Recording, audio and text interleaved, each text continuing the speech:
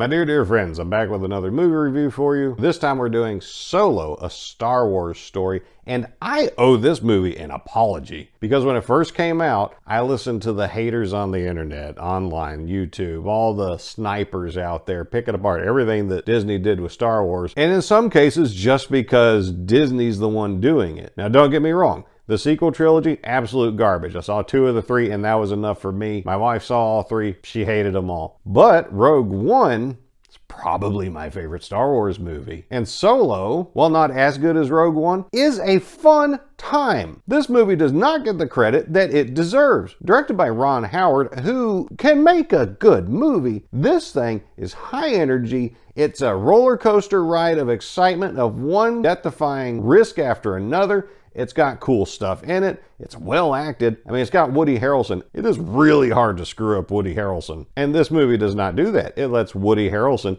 do his thing. The rest of the cast is good too, including the actor unfortunately saddled with the inevitable comparisons to Harrison Ford. He did a good job. Once I gave the movie a fair try, it entertained me. It kept me going. I loved it. I didn't realize how fast this thing moved until we got to the end, and I was like, oh crap, that's been like 2 hours. Now, I know some of the hate around it was, oh, the lore's not exactly perfect how it was established before they made the movie. Well, guess what? Which version of the lore got made into a movie? This version. So therefore, that's the new official canon. Like it or not, it's not enough reason to not give this movie a fair try if you like Star Wars. And even if you don't like Star Wars, give this thing a whirl. Now, this one does not have Jedi running around doing their flippies, worries, and mind tricks. This is a gritty tale of folks who are down on their luck trying to make anything happen through any means, legal or illegal, and the desperate ends they'll go to get ahead. This is a hard scrabble story, and it tells it very well. As a matter of fact, Chewbacca's really funny in this one. The action sequences are good, the chase sequences are good, the characters are memorable and well written. I mean, the dialogue was good. So this one fits in the mood of Rogue One and Andor, of what does the normal person do? What does the non-Jedi do when trying to cope with and fight against the injustices that are all around them throughout the galaxy? And I find not being able to rely on magic really makes for a far more interesting story.